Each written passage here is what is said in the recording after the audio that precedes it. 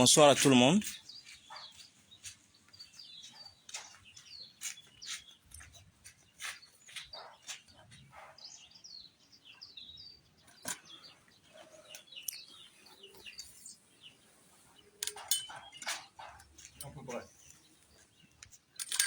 Non, c'est bon.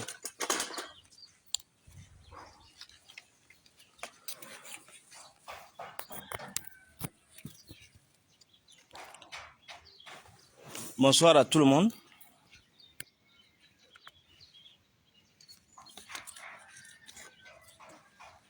Je vous remercie d'être venus très nombreux.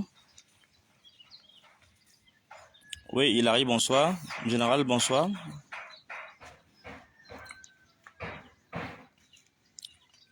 Jules, bonsoir. Justine, bonsoir. Je voudrais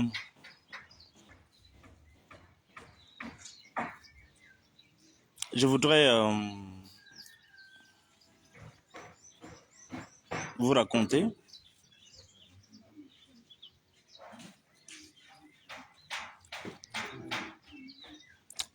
à vous tous qui vous attendez à des éléments de réponse. Vous avez été très touchés à travers le monde entier par une scène surréaliste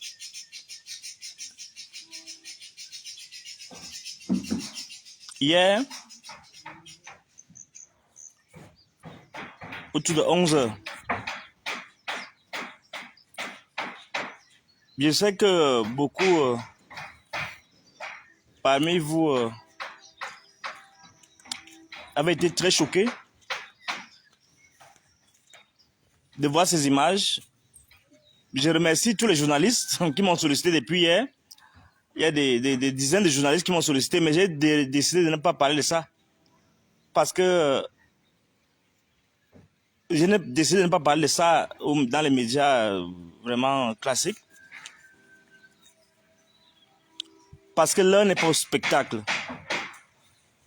L'heure n'est pas au spectacle. L'heure est au recueillement.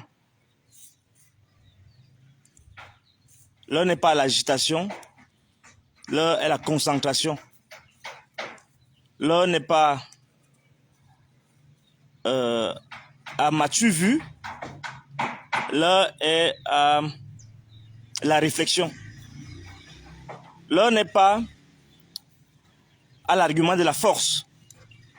L'heure est à la réflexion poussée, au discernement. Donc, j'ai décidé de me confier à vous ce soir pour vous expliquer les circonstances dans lesquelles je me suis retrouvé capturé comme un malpropre, séquestré, torturé. Mais je n'ai pas prémédité cela, je n'ai pas organisé cela. Je me suis retrouvé acteur d'un cinéma. C'est-à-dire comédien. Je suis un penseur, je ne suis pas un comédien.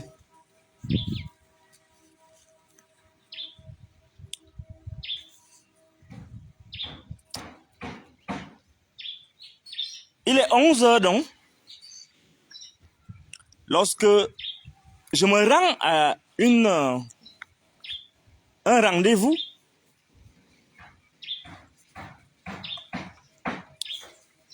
dans un service d'un groupement qui se trouve en face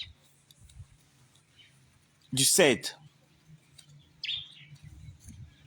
J'avais rendez-vous parce que j'avais porté plainte contre des mécaniciens qui ne comprennent pas, qui doivent me remettre mon véhicule. Après avoir dépensé 571 000, ils me trimballent. Donc j'ai décidé d'aller porter plainte après beaucoup d'avertissements. Donc, on m'a entendu, on a entendu les mécaniciens. On nous a donc la sympathique gendarme et Kobena.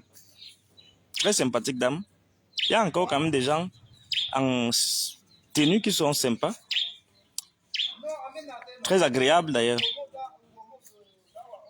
Non, agréable à vivre avec parce que vous me soupçonnez trop de choses.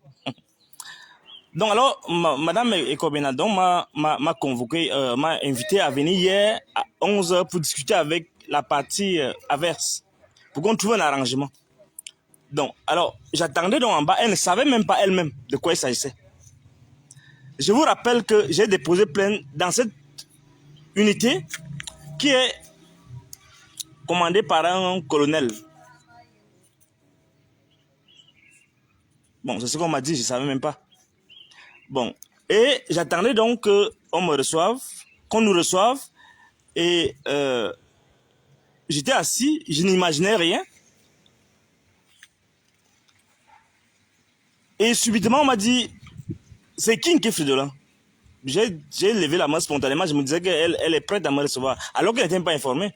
Donc, entre-temps, j'avais été entouré, encerclé des gens en civil. Et il y avait une grosse Prado, une grosse voiture, je ne sais pas, qui attendait dans la cour. Et je me dis, suis-nous. Et je me suis réveillé, j'ai compris que j'ai soupçonné que les gens étaient venus m'attraper. Donc, comme je voulais encore réfléchir, il y a un jeune homme tout petit qui m'a poussé, allez, avancez là-bas. Et je me suis exécuté. Et on m'a jeté dans une voiture. Et j'ai imaginé où j'allais.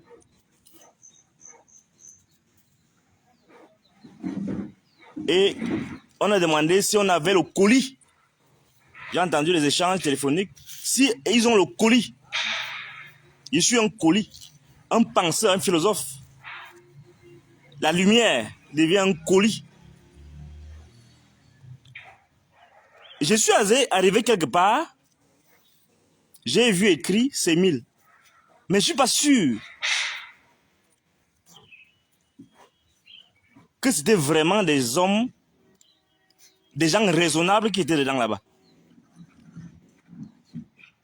Moi, je n'ai pas vu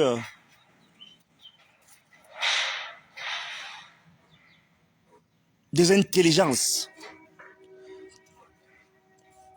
Je n'ai pas vu, lorsque j'entrais, je franchissais le seuil où c'était écrit directeur du C1000.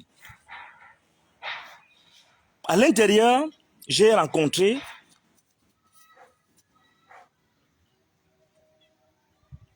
un monsieur qui était assis.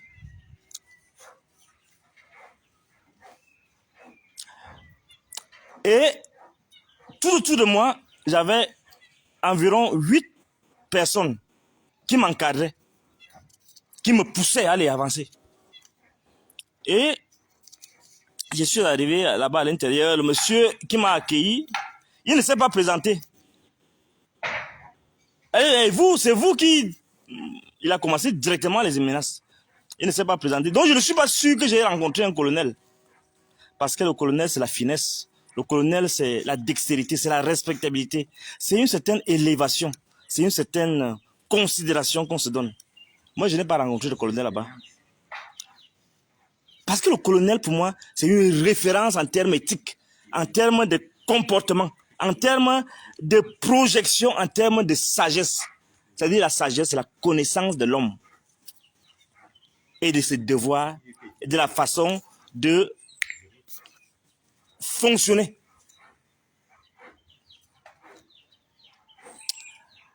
Alors, ce monsieur qui me parlait s'est levé brusquement. Et il a dit, mais alors, vous, c'est vous donc qui vous opposez à moi. Et j'ai voulu répliquer que je ne sais pas de quoi vous parlez. Et puis, oh, je me suis retrouvé avec une gifle qui était comme préméditation d'un coup sérieux qui a été asséné à ce côté de mon visage. Alors, aujourd'hui, on va discuter. Je vous avais dit, je vais vous traiter. Et je peux vous dire qu'à l'instant, je me suis évaporé. Ne restait que là, qu'un amas de chair qui devait discuter avec la chair, qui devait se mélanger à la sciure. Je n'étais donc plus là, ma conscience avait pris le devant. Il me souvient quand même, parce que la gifle qui était très bien orchestrée était engagée pour me faire perdre connaissance. Mais j'ai résisté. Il a voulu me convaincre que je suis en train de mobiliser l'armée contre le président de la République. Il a ajouté que j'avais pris, que le MRC m'avait donné, d'ailleurs il m'a dit qu'il a fait ce rapport au président de la République, que le MRC m'a donné 2 500 000 pour écrire mon livre.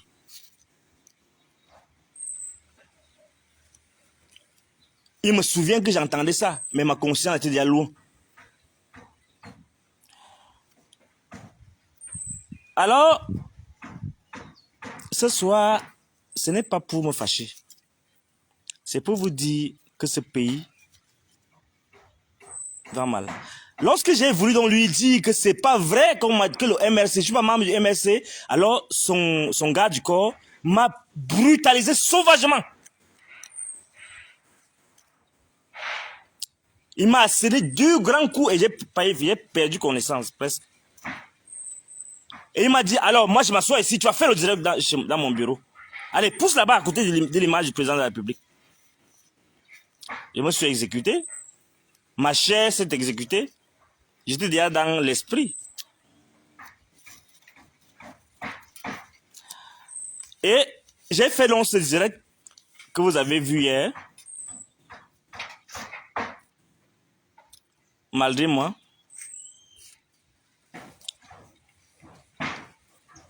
Je voudrais préciser que lorsque je finis mon direct,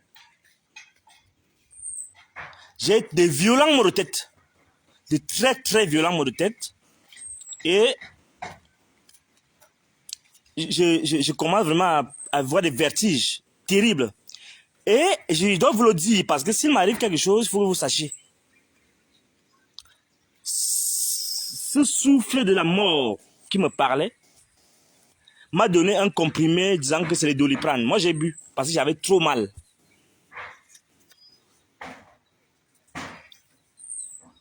Et je voudrais que vous notiez ça.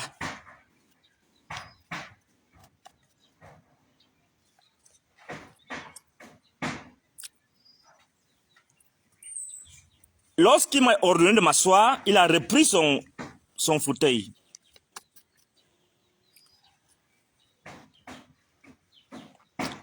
Et le lamido de Garoua, il faut le dire, est entré, un capitaine, celui qui vient de remplacer son père là-bas. Il est entré, il me dit, tu vas comprendre, tu vas sentir aujourd'hui. Il s'est assis, il a commencé à me faire les lots de ses pratiques de torture, comment on torture avec la machette là-bas et que c'est dans son département qu'on fait cela. Je vous rappelle que c'est le lamido de Garoua.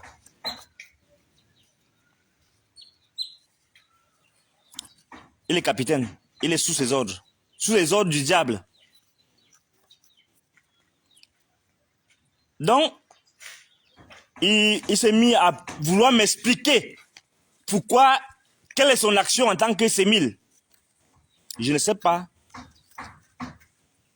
si le souffle du diable m'a convaincu, mais ce dont je suis sûr, je rappelle que lorsque ces gens venaient sur moi, donc, ils étaient nombreux.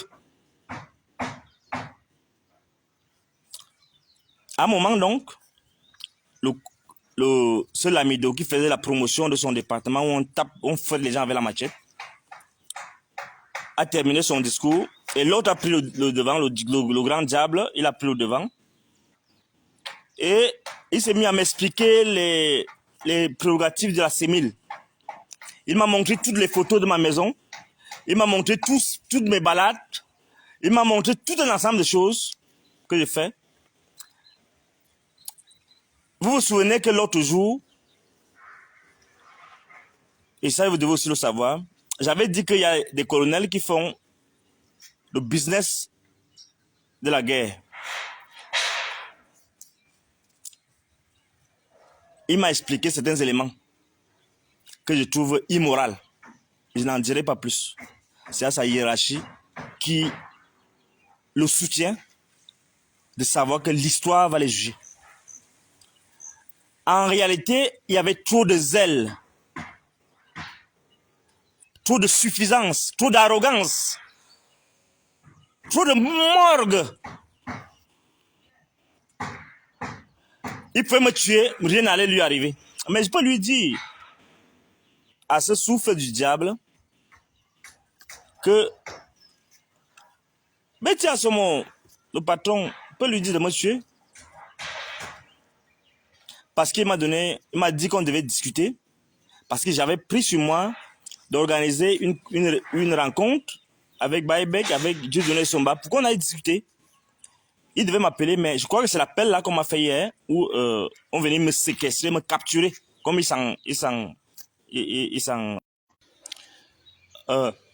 veuillez m'excuser, il y a des problèmes de connexion, ou bien je ne sais pas si on sabote mon direct ou pas, c'est pas grave. Je vais continuer à dire ce que j'ai dit. Donc, j'étais encore à quel niveau où oui, son patron peut lui dire de me tuer. Et il m'a dit qu'il ne rend compte qu'à sa hiérarchie, il s'en fout. Il peut se tirer une balle dans la tête le moment venu. Bon, il est prêt à tout. Je voulais quand même lui dire que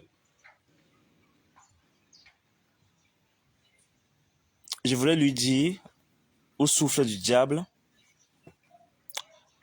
que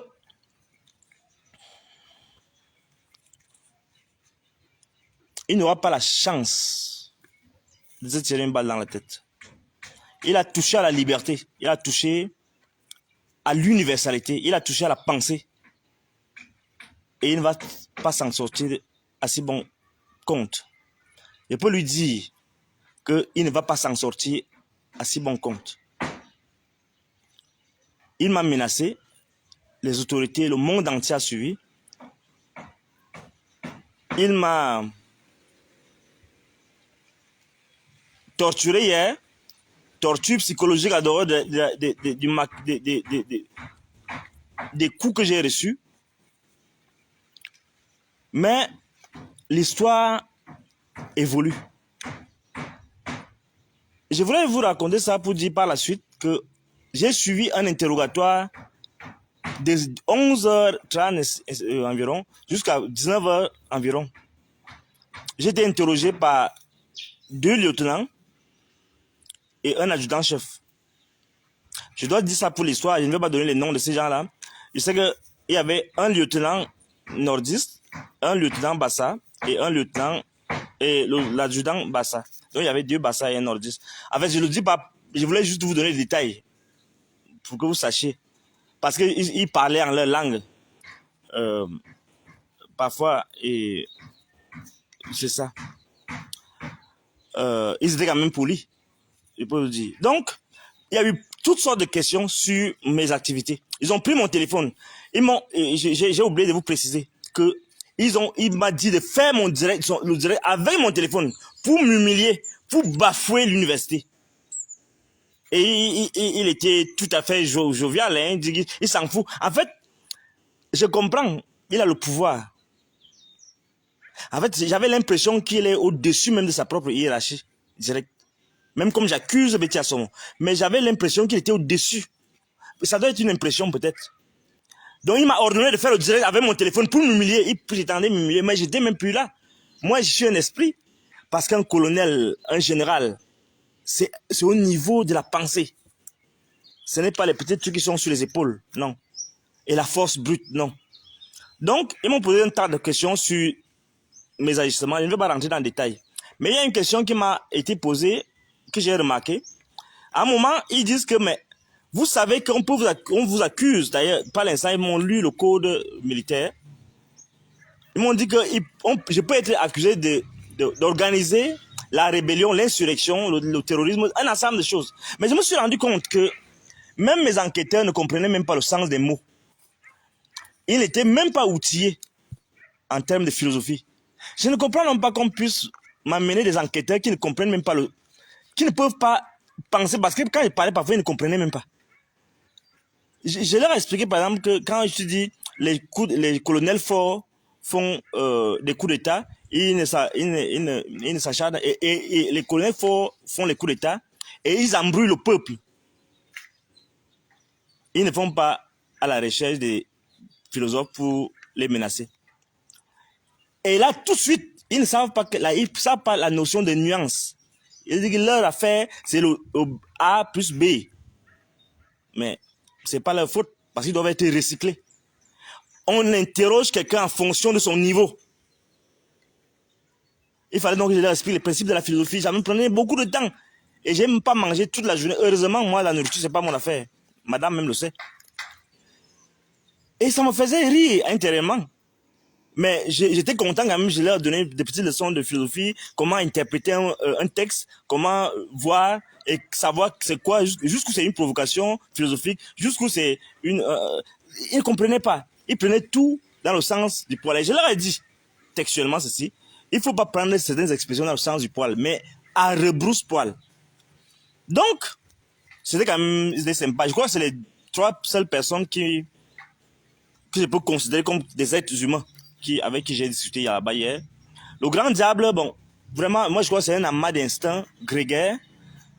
Et ça ne sert à rien de se fâcher. Je dois vous dire, à vous tous qui êtes là, que ça ne sert à rien de se fâcher contre ce monsieur, parce que il n'a pas le niveau de comprendre même la vie. C'est-à-dire qu'il a perdu son goût, le goût de l'homme, le goût de la vie.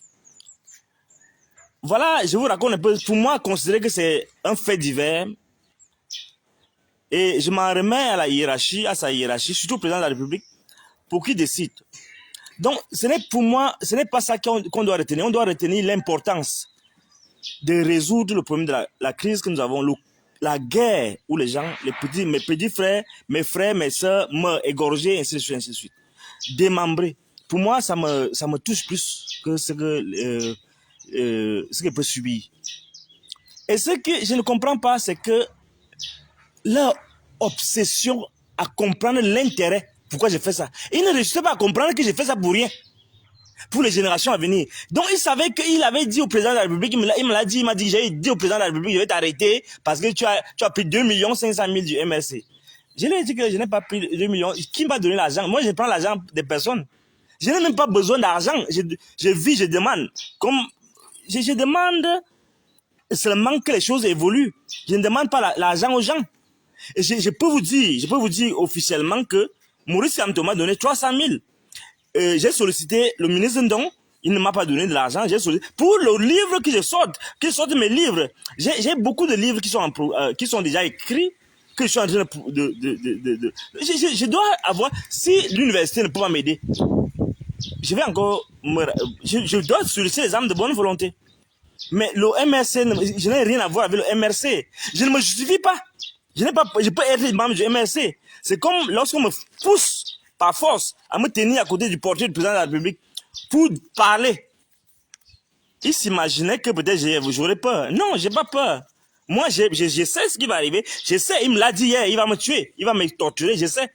Avec le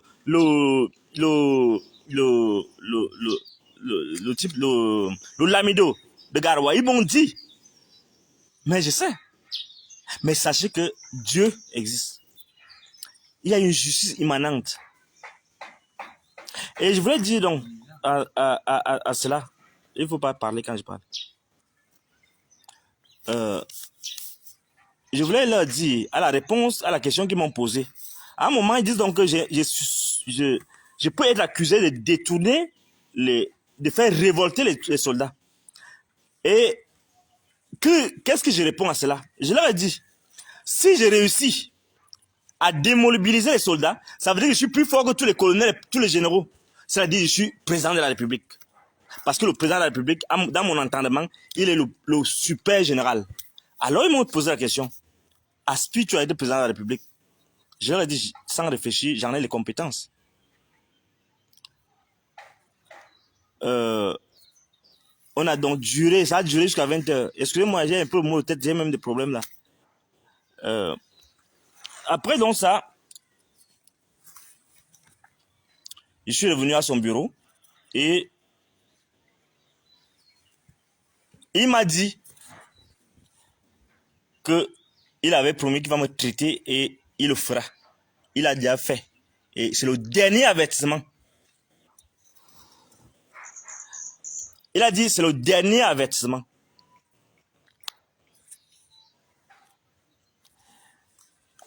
Parce que tu es allé au-delà de ce qui est tolérable.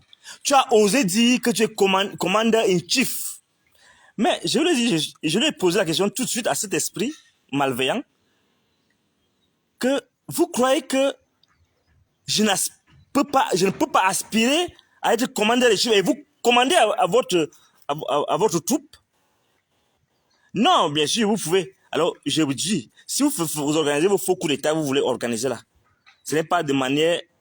Et je leur ai expliqué que ça voulait dire en leur disant que la philosophie est mère de la démocratie. Et la démocratie, c'est le peuple. Et lorsque j'écris dans mon texte qu'on n'embrouille pas le peuple, il faut qu'ils comprennent bien, s'ils peuvent vraiment faire un petit effort, et que les colonels forts, cette force-là, cette force brute au XXIe siècle, n'en est pas une, pour aller embrouiller le peuple.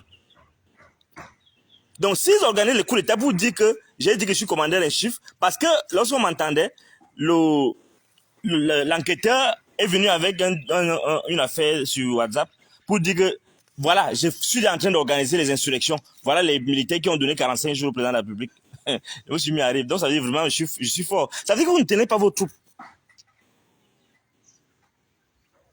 Et là, en sortant de ce bureau, mesdames et messieurs, lorsqu'il me dit que je te relâche pour une fois, mais sache que tu essaies encore de parler de l'armée. J'ai un dernier avertissement. Bon, moi, je peux lui dire qu'il ne peut pas arrêter de parler de l'armée. Donc, il va sauf que me tuer, sauf que me torturer avec avec son ami, le capitaine Lamido de Garoua. Je sais. Ils vont le faire parce que on ne ferme pas la bouche à un philosophe, jamais. Qui ne rêve même pas. Puisque je ne dis pas la vérité, je ne dis pas que la vérité, je dis des choses qui sont dans les principes de l'humanité, dans les principes de la vie ordinaire. Donc, je lui réponds maintenant à cet esprit malveillant que je ne vais pas m'arrêter de parler et de dénoncer cette guerre. Je ne vais pas arrêter de dénoncer cette guerre.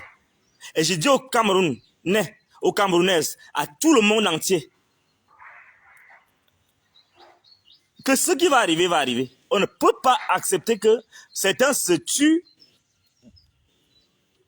les hommes de troupes se tuent et que d'autres s'enrichissent. Je ne vais pas en dire plus. Je ne peux pas accepter ça.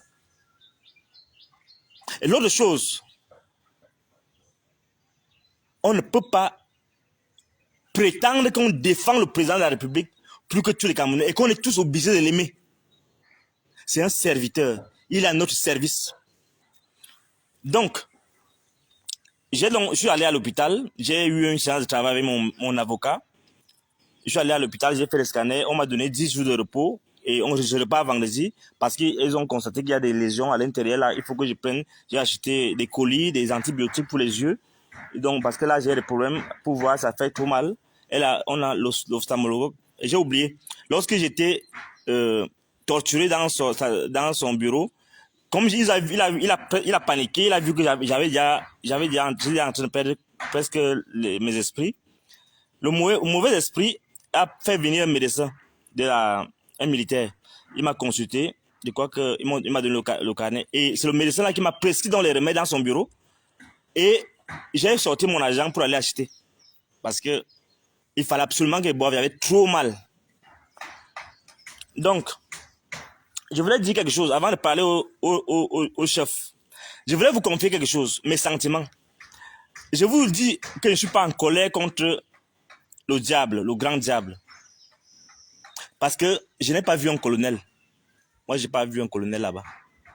Non. J'ai vu vraiment des brutes.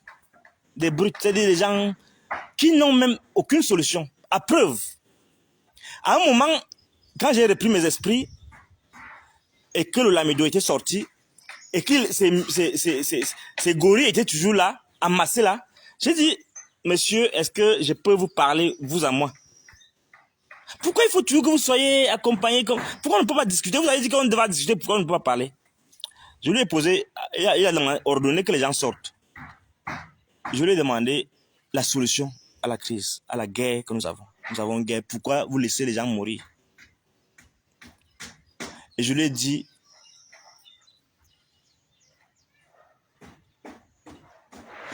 que quel est le rôle que les gens qui réfléchissent, parce que je sais qu'ils ne réfléchissent pas. Je lui ai dit, quel est le rôle que les gens qui réfléchissent peuvent jouer dans cette situation? Donc, quelle est d'abord leur stratégie et qu'est-ce qu'on peut, à quoi nous pouvons être utiles? Vraiment, je suis très déçu. Je suis très déçu. Sa réponse, j'ai compris que...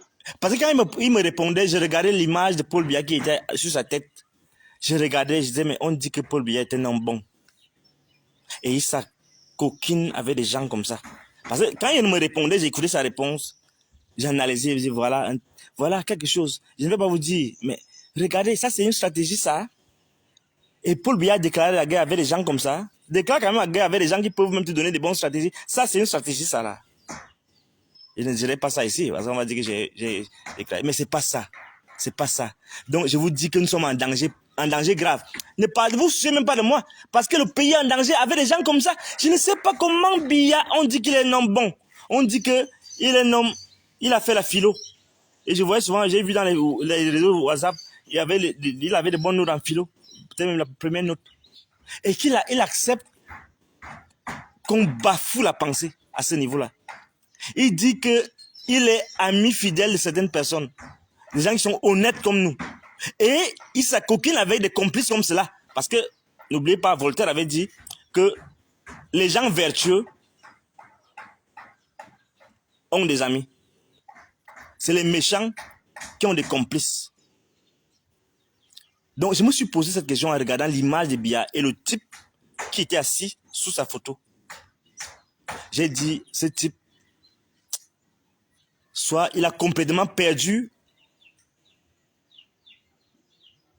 les commandes de ce pays, soit il ne sait plus ce qu'il peut faire, il est dépassé, il préfère se réfugier chez le diable. Je suis dépassé, moi, mais je ne comprends pas. Ceci dit, je voulais vous confier l'autre chose, c'est quoi? C'est que je ne veux pas que vous soyez en colère.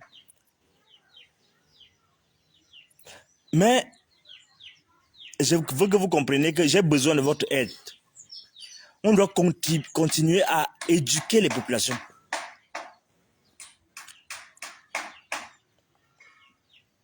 Et il faut que les Camerounais se lèvent partout où ils sont, qui dénoncent.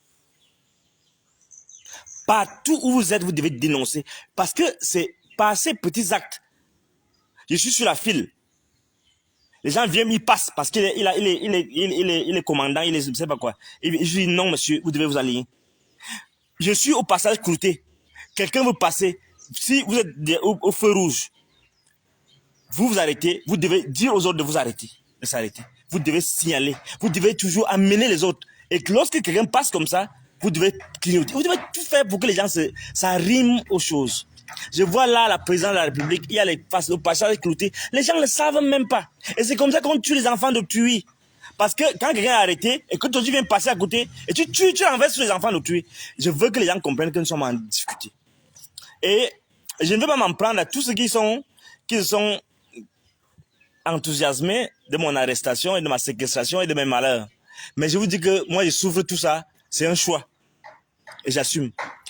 Mais je vais vous confier quelque chose, quand même.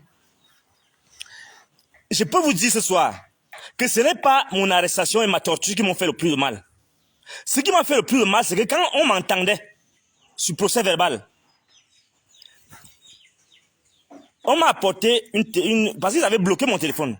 Ils ont amené 2 captures d'écran pour vous dire que, regarde, vous voyez, ils nous soutiennent. Ils m'ont montré le post de Jean Bruno Tagne.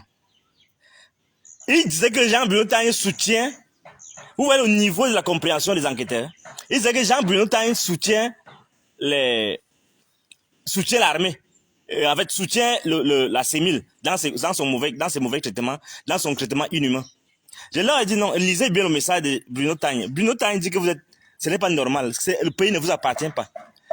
Après Diaouba, bon. Ils ne comprennent même pas le B.A.B.A. de l'étude de texte. Après, ils m'ont fait voir aussi quelque chose d'autre. Ils m'ont fait voir aussi une autre capture d'écran. Et c'est là où j'attire votre attention. Je lui ai dit, Jean-Bruno Tang, c'est mon ami, donc laisse ça, ne parle pas de Jean-Bruno Tang. Il est dans son élément, c'est mon ami fidèle. Fidèle dans le sens où c'est un type que quand il dit que il est avec toi, il est avec toi. Mais par contre, quelques minutes après, on a interrompu, ils ont interrompu. Ils sont venus avec une capture d'écran. Et c'est là où je vous interpelle. La capture d'écran, et là je vais vous le dire, c'est ce qui m'a fait le plus mal depuis hier soir, c'est la capture d'écran d'un type qui dit qu'il est le champion de Maurice Kamto. Et qui dit que j'ai fait la comédie. Je vais dire à ce type. Et ce qui me fait même encore plus mal, c'est qu'après avoir écrit ces énormités, il ose m'appeler quand on m'a remis mon téléphone. Je vais lui dire que tu es indigne de me parler encore. Donc si on avait dit que c'était un mafo ou bien un photo, c'est là où tu allais comprendre c'est sérieux, ce n'est pas de la comédie. Donc il faut que je vienne prendre l'autorisation d'être résistant, d'être révolutionnaire dans votre parti, dans votre petit monde. Je vais te dire, toi, qui dit que je fais de la comédie, comprends bien ça, on n'a pas le même niveau de compréhension. On n'a pas le même niveau d'intelligence et de lisibilité de notre monde. Le monde ne se limite pas au MRC. D'autant plus même que ce n'est pas le MRC qui vous amène à me parler comme ça. Et c'est ça qui m'a fait le plus mal toute la journée d'hier, après que j'ai lu cela. Je ne vais pas venir vous faire des salamalek. Je ne sais pas pourquoi. Je n'ai pas besoin de me justifier devant vous. Il faut que vous compreniez ça très bien. Et je crois que c'est plus important même que ces gens qui me brutalisent partout là. Cet individu se permet de dire que je joue la comédie. Je suis parti là-bas jouer la comédie. Faire le cinéma. Il faut qu'il comprenne très bien que le respect est mutuel et qu'il ne m'appelle plus. Et je trouve vraiment que Kamto, vraiment c'est... Et je lui avais dit d'ailleurs que vraiment avec ça là, on ne peut pas avancer. Avec ça là, on ne peut pas avancer. Avec des gens comme ça. Avoir des prétendus neufs. Ça c'est le neuf de Kamto. Ça c'est le neuf de Kamto qui, dans ma situation, je suis embastillé. Je parle avec de la peine parce que les gens sont en train de me menacer. Et les gens se permettent, par cynisme, ça c'est, vous êtes des petits tribalistes. Tu es un petit tribaliste. C'est-à-dire que tu es d'un tribalisme grégaire. Et c'est ça qui tue ce pays. Parce que vous croyez que vous avez le titre foncier de cette république. Mais je ne vais pas adhérer à leur camp parce que vous voulez me pousser à bout. Non. Je ne suis pas avec vous. Je suis dans ma logique. Et ce pays va se transformer. L'autre chose qu'il veut dire, c'est par rapport au recteur de l'université Yaoundé 1. Il faut que ça soit vérifié. Mais s'il s'avère, d'après ce que les enquêteurs m'ont dit, avec les preuves à l'appui, qu'il a déchargé les convocations qui m'étaient agressées sans me donner parce qu'ils veulent qu'on m'arrête. Vous comprenez donc le niveau d'immoralité qui gouverne ceux qui sont appelés les universités dans ce pays. Regardez un tel niveau de bassesse. Un type qui décide, parce qu'il est recteur, de dissimuler les convocations, parce qu'il veut absolument que la CEMIL m'arrête. Moi, en tant que secrétaire général du CINES, dans ma faculté, et puisqu'il fait porter les revendications pour que les choses évoluent, il se lie au grand diable. Ils font la complicité pour qu'on m'arrête. Je voulais vous dire que c'est pathétique. C'est pourquoi je vous dis, là maintenant, je vais vous parler. Je parle aux Camerounais, j'ai besoin d'être gardé. J'ai besoin que vous mobilisiez pour que ce qui reste encore comme petit espoir, parce que moi, je ne fais que travailler jour et nuit pour clarifier notre horizon, pour essayer d'anticiper l'éclosion d'un monde nouveau. Je ne suis allié à aucun parti, en principe. Je ne fais que exercer notre jugement. Vous habituez à s'exercer au jugement. Et le premier jugement, c'est avoir confiance en soi et être capable de riposter, être capable de faire changer les comportements et de transformer ce pays. Donc, j'ai besoin de votre soutien. Tout ce que vous voulez, j'ai besoin de votre sécurité. Je suis en insécurité parce que j'ai eu toutes les images de ma maison, même de mes chambres. Donc, ça veut dire que les gars ont les doubles clés. Ils entrent partout. Ils vont m'empoisonner, ça c'est sûr. J'ai besoin que vous renforciez ma sécurité. Je vous le demande ce soir.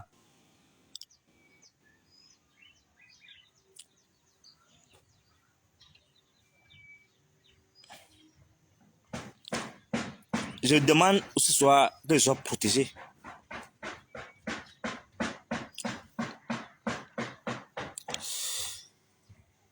L'autre chose,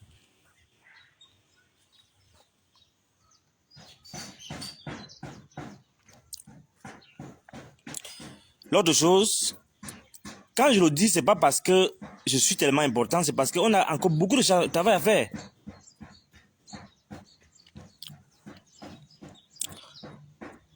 L'autre chose, et là, je dois parler au chef des armées.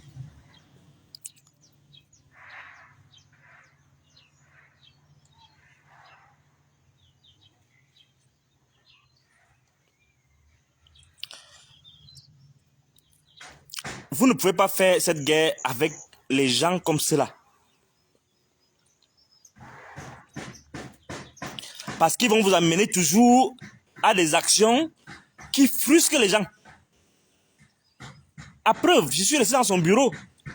En 2 minutes, 3 minutes, il y avait des centaines d'appels. Donc il faut comprendre que les gens ne sont pas d'accord. Par conséquent, il faut vraiment que cette guerre s'arrête.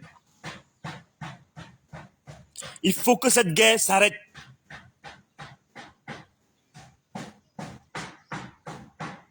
Nous n'avons pas un pays autre que celui-ci.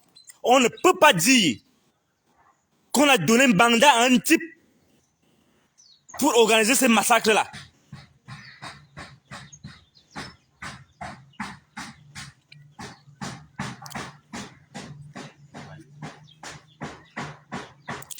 J'ai des éléments qu'on met à ma disposition. Je ne veux même pas parler de ça parce que ça va encore créer un incident. On donne l'argent, on débloque l'argent. Il présente Biya même lui-même.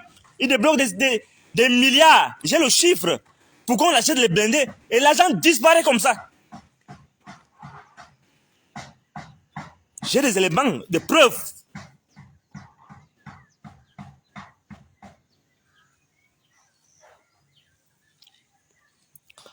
Je dis aux grands bandits, aux grands démons, je ne vais pas quitter le pays.